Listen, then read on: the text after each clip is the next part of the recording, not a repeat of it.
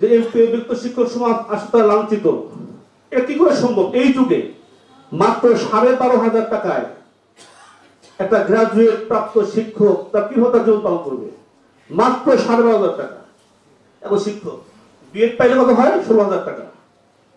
এই যুগে 500 টাকা চিকিৎসা ভাতা, 1,000 টাকা বাড়ি ভাড়া, বলতে লজ্জা হয়, বলতে আমাদের ঘৃণা লাগে, ছোট লাগে, হীন লাগে। তারপরে আমরা লড়াই সংগ্রাম করতেছি। একটা কথা বলতে হয়, ইতিহাস কখনো মুছে যায় না। আমাদের উৎসব ভাতা পাই 25%, সেটাও 2004-এ তৎকালীন প্রধানমন্ত্রী বেগম খালেদা জিয়া ঘোষণা করেছিলেন। সেই 25% এটা 2025, দীর্ঘ 21 বছর পরে আমাদের 23-এর 22 দিনের আন্দোলন সংগ্রামের পরে এই বর্তমান সরকার আর 25% যোগ করেছে।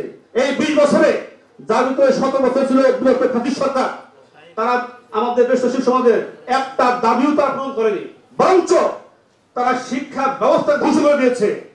এই বিভিন্ন রকমের কারিকুলাম অত্যন্ত 20টা বছর পিছিয়ে দিয়েছে। বর্তমানে প্রজন্ম তারা পড়াশোনা বিমুখ, তারা বিদ্যালয় বিমুখ।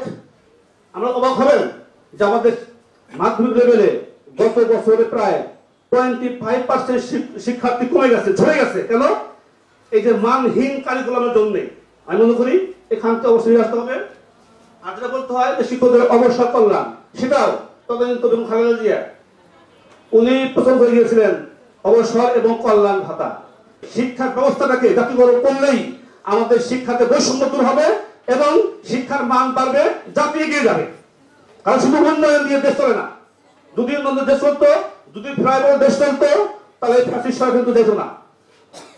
উন্নয়নকে টিকসই করতে হলে, উন্নয়নকে ধারাবাহিক অবশ্যই শিক্ষা লাগবে, শিক্ষিত জাতি লাগবে। আমি মনে করি এই জন্য দরকার হলো একটা শিক্ষা বান্ধব সরকার।